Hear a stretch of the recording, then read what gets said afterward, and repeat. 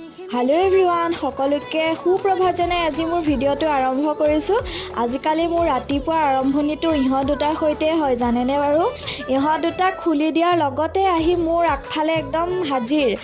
খাবলৈ কিবা এটা নিদিয়ালৈকে মোৰ একদম পাছ নেৰে ইহঁত দুটাই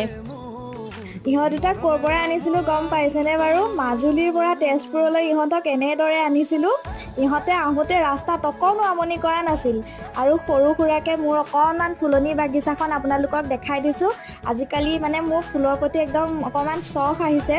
সেইকাৰণে য'তে যি পাওঁ একদম লগাই গৈছোঁ আৰু